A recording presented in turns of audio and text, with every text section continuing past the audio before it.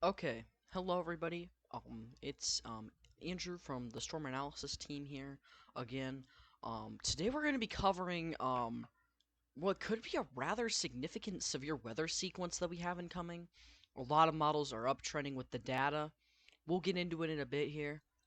Um,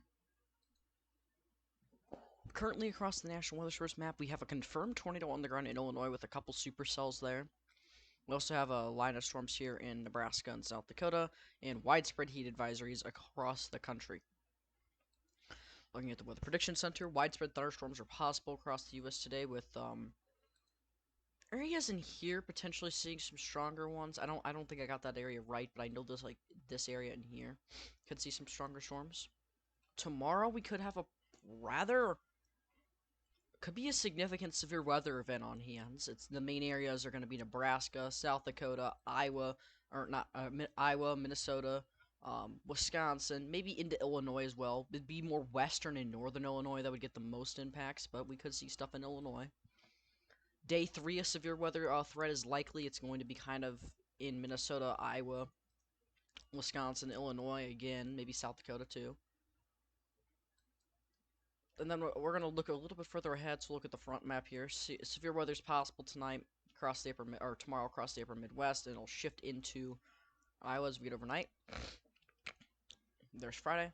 Saturday, severe weather is likely. The SPC placed a 15% risk, and it's going to be the main zone is going to be kind of right in here. This is the zone to watch, as we're going to potentially see another significant event. I have not looked into Sunday, but with something like this, it looks like something can happen as well. And then Monday, we start to see that tropical disturbance that we're watching. Justin will have probably will have a video up on that over the next couple of days, if not today. And then just a stormy pattern over the south. Rainfall over the next 7 days. We could be seeing close to 15 inches of rain along the Louisiana and Texas coastlines.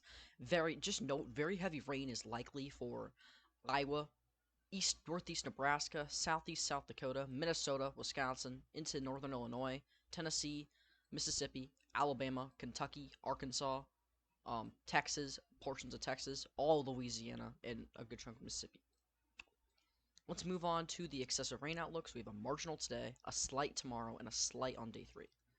Now let's look at the Storm Prediction Centers page. So you have a couple large marginals, one from just west of Washington, D.C. into Georgia. We have another one from Montana into New York. There is no risk for tornadoes today, but that um, doesn't mean you're going to see no tornado risk. There is a tornado warning with a confirmed tag ongoing right now, and we have a pretty nice supercell over north central Illinois. The wind is a 5%, and we have a 5 hail.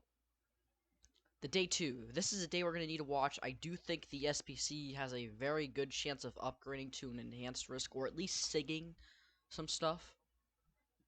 There is a 2 tour. That will probably get upgraded to a 5% tonight. There is a 15 wind and a 15 hail as well. Looking at the day 3 outlook, we will likely see a slight with this day. There's a marginal for a Montana all the way into Wisconsin.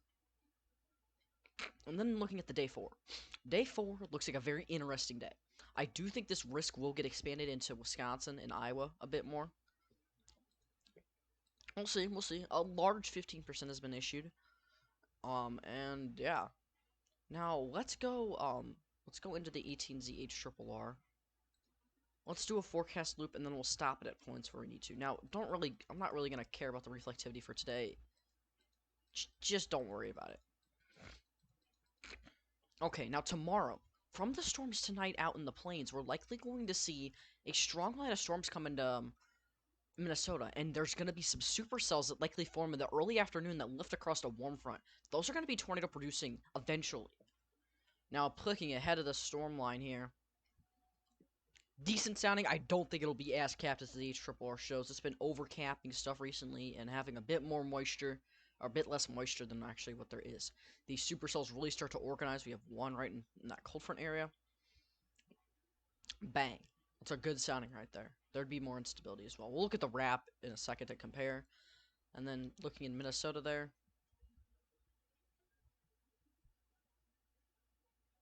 That's a really nice sounding right there. Wow. I mean, I'd like more lower end level and stability, of course, but at 19Z we start to see more stuff bubble up and really get forming. Um, oh, whoops. We'll go 19Z. Let's go take a sounding right here. Let's see what this is. Again, a really nice sounding for all hazards. Not a really nice, but a decent sounding. We'll stop it at hour 25. Let's zoom into Minnesota here. Let's take a sounding in, like, Manico. Goodness. Look at all that SRH. Look at all that, look at that huge Hodo, and look at all that shear. Now, this is a little bit inflated by the storm. So we'll go, like, right here. And it's not going to be that capped at the surface. I'm just telling you right now, we're not going to see this much capping right here, and we're likely going to see more 3 cape in the lower levels as well. Moving on to the next frame, this is where stuff gets hectic, okay? With the HRRR at least. It shows that warm front really starting to pop off, and we take a sounding here right behind these supercells. I know it's contaminated, pardon me for that. Let me take a box sounding. We'll take a box sounding in front of these, like right there. It'll probably be contaminated. Yeah, it's a bit contaminated, but it's a box sounding here. This is the average environment.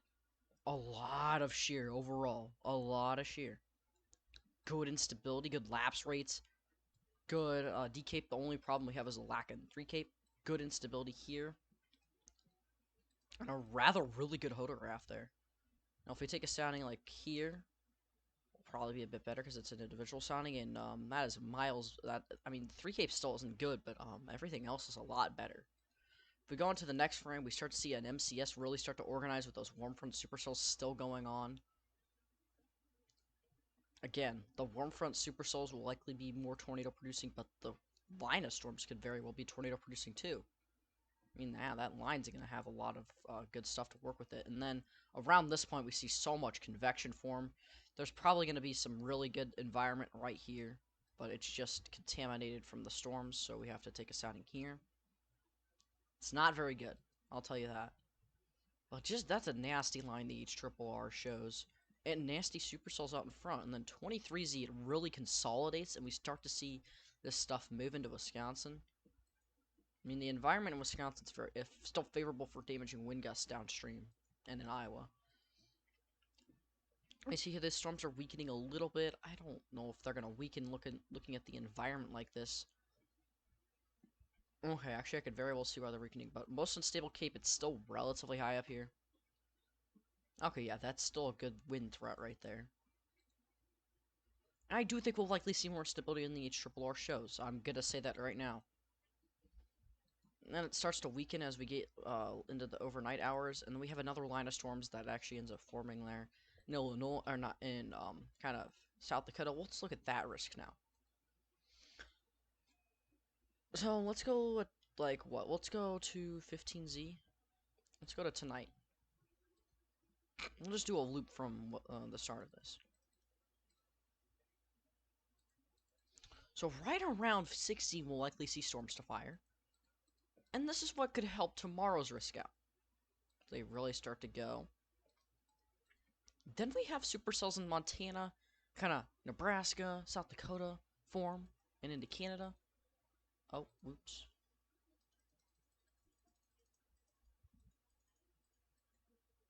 Then those things start to go. These things start to really intensify, form into linear clusters, and move eastbound. Now, these will probably weaken some because the air has already been, like, you know, filled out. Oh, here's the HRRR for the next day at 18Z. Not that much instability. Iowa does look really good, though. With the Cape plots, and yeah. Look at the shear, though. Shear's all up in Minnesota. Maybe if I take a sounding there. I mean, that would technically be cherry picking, but yeah, that's good. I mean, you'd like more instability, of course, but I'm not getting that right now. Now let's go into the, let's go to the NSSL. I am very interested to see what this model outputs. Let's go forecast and loop. Let's just see what it does for tonight. We're gonna go look and see what the NSSL does. So it ends up forming that cluster overnight tonight. It ends up progressing it as a I'll say a not a derecho, but an MCS complex that sags over Iowa, and we get other supercells to form. So the NSSL wants the bus solution tornado-wise, but it wants the wind to go crazy. Now let's actually see what the environment is like around. Let's go 18Z. Let's go see what the environment is like here. Not bad for a winter. We'll stop at an hour. I think it's 30. Look at Cape plots. So Cape is looking really good. Okay, the soundings in the NSSL can be glitched sometimes because it's not a fully processed model yet.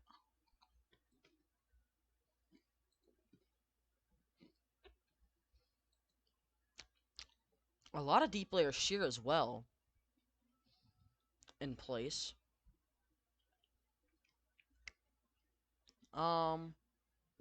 Yeah, this is rather good for wind. Let's see what the ARW wants. Okay, so once the same thing happening, do we get a recovery? I want Illinois to go nuts. Okay, cool. So maybe the HRRR is an outlier for right now. We'll see. Yeah, the ARW just wants a nasty MCS to just progress. That'll keep going.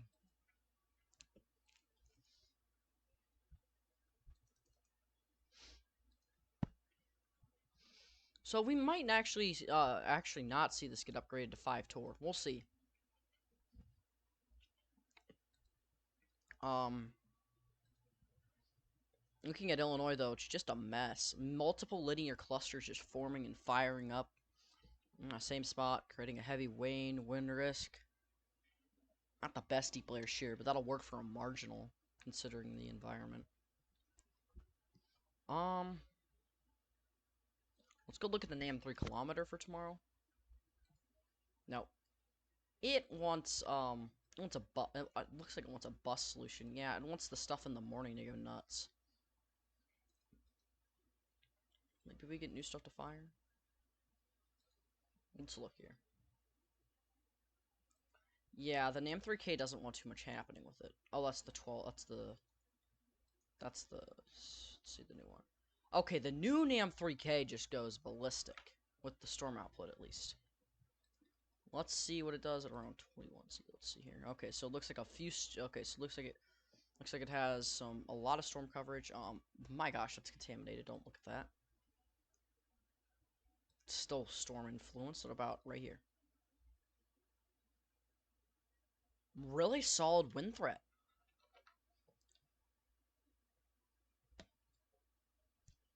That's a good wind threat right there. A good amount of deep layer shear, a lot of decape, and a lot of instability.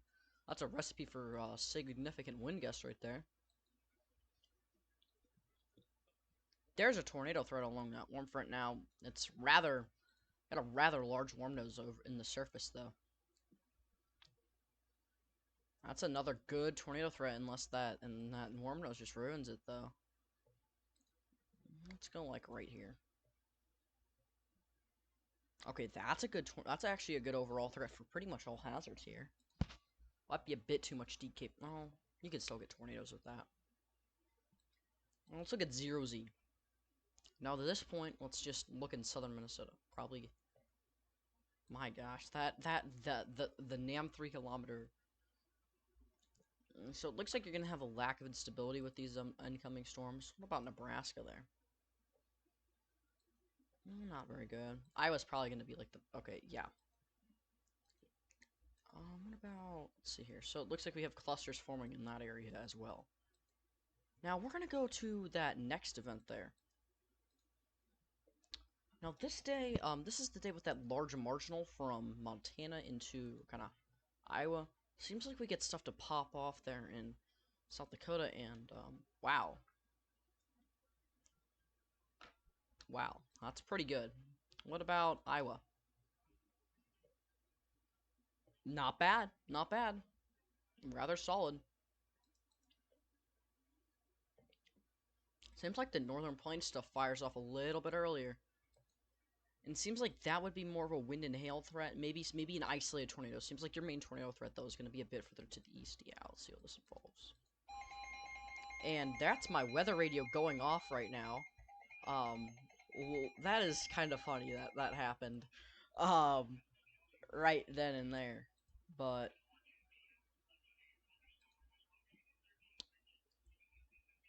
that is some really good sounding. So let's go to the NAM. So the NAM wants this to be more right here. Yeah, it's a bit capped.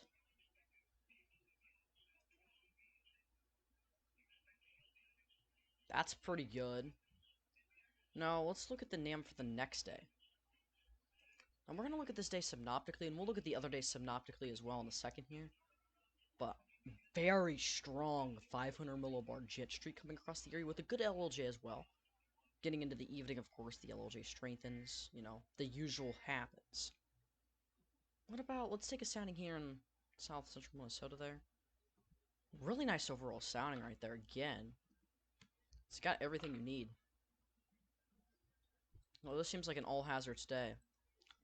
Doesn't get as high. Looks like the moisture doesn't get as high north on the NAM as some of the other models. Let's see what the NAM does synoptically for this day.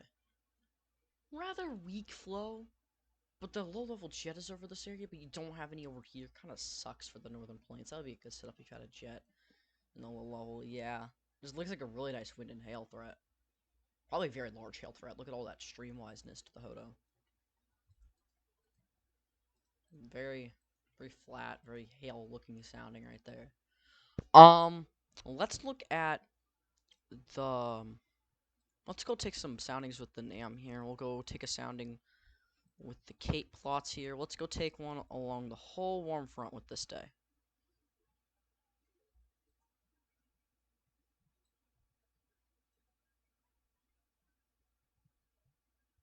That is really solid for the big area it's at. That is really solid. Got a decent amount of deep layer shear. Really good hodograph there. Look at all that curving. That's gonna help out the threat. Got some good instability.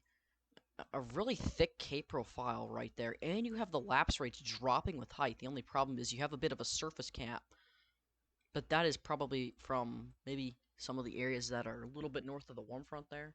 Let's take a box sounding across Minnesota. It seems like the capping is likely from west central Minnesota. That's still a good sounding, but it's a bit elevated. Might be cutting the line from being elevated to surface base there. What about Wisconsin? Let's see what this is. Okay, that is really that's pretty good. Pretty good.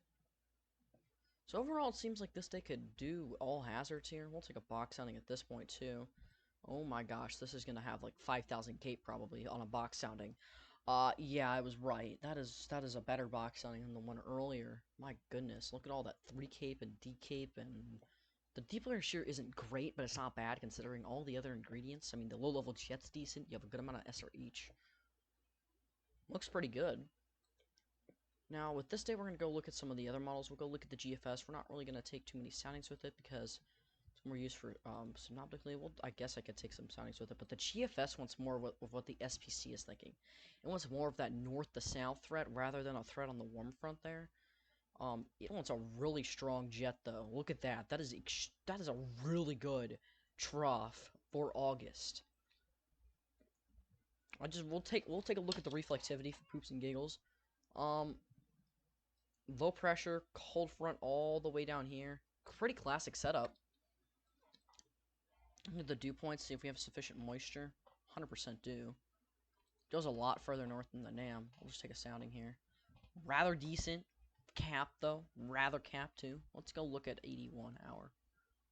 Probably won't be as capped. I'll say that right now. That's not as cappy. You don't have the low level jet yet. Looks very interesting, though, to say the least. We get a nice setup there. Is that a tri-line? Might be a tri-line. Probably not, though. No, that's a cold front at that point. I think it'll be a cold front. Maybe a dry line, though. I don't know. Let's look at the UK Met for this time. Wow. The UK Met just wants your classic setup for the high plains. And, yeah. That's really good. I mean, I'd want more deep layer shear though. Okay, you'd get more deep layer shear if you take a sounding like right there. Yeah, you do, but it's not very good. You don't have good surface winds with that one. See what the lower level jet is looking like, and it's looking pretty solid. Let's look at your overall moisture with the Theta E. I didn't look at Theta E with the other models. It's gonna take a while to load here. Okay, that's pretty solid. Let's hop over to the Canadian. See what it's doing. Canadian wants that storm to be in the Gulf at this point, which is pretty unlikely.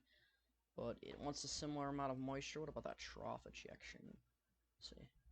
Once the moisture kind of displaced from the trough. So Canadian's an outlier like usual. Okay, so the Gira wants more low-level jet. Wants the low-level jet over the wrong area. Who knows? Maybe it's the right area. I don't know. Let's look at the... Yeah, not that good.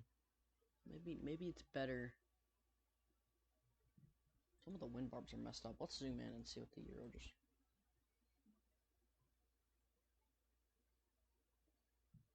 Be like right here.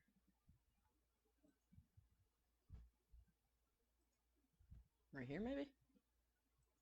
It's just the Euro overall just doesn't want a great setup with this. I mean... It's let's just see here.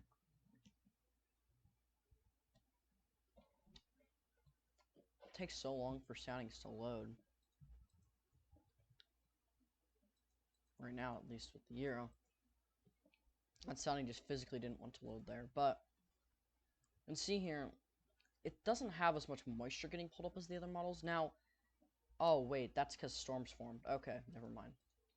Now, something that could mess this setup up is if that tropical system gets into the Gulf, at this point, we might not have as much moisture as there would be if it wasn't there. Now, we're going to look at the wrap on College Dew page, and that's where I would do more of my synoptic stuff with it. Seems like Pivotal Weather is not working, which it hasn't been doing very good all day. Well, let's look here. So, today, synoptically, it looks like the high plains are going to have the highest threat. Now, over the Midwest, there is not that much wind shear in the mid-levels.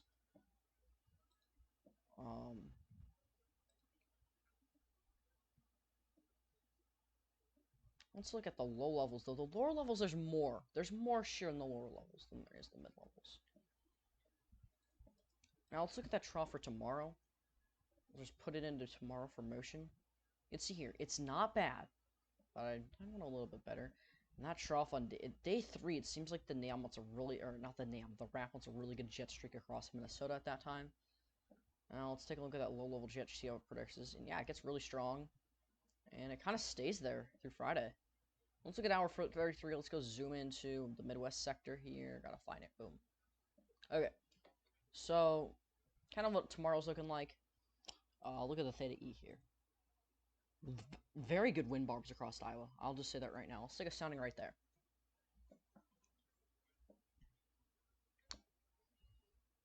College Dew page soundings sometimes take longer to load than Pivotal, but today Pivotal is just not wanting to load. And wow, that is a really good sounding. The hodograph looks really good. I really like the low-level hodograph on this one. Lots of lower-level veering, oh my gosh. And then a lot of upper-level veering as well. This would support a supercellular setup. A lot of instability as well. It is a big cat to the surface there, but not too surprised. We'll go a frame earlier and connection was interrupted. What?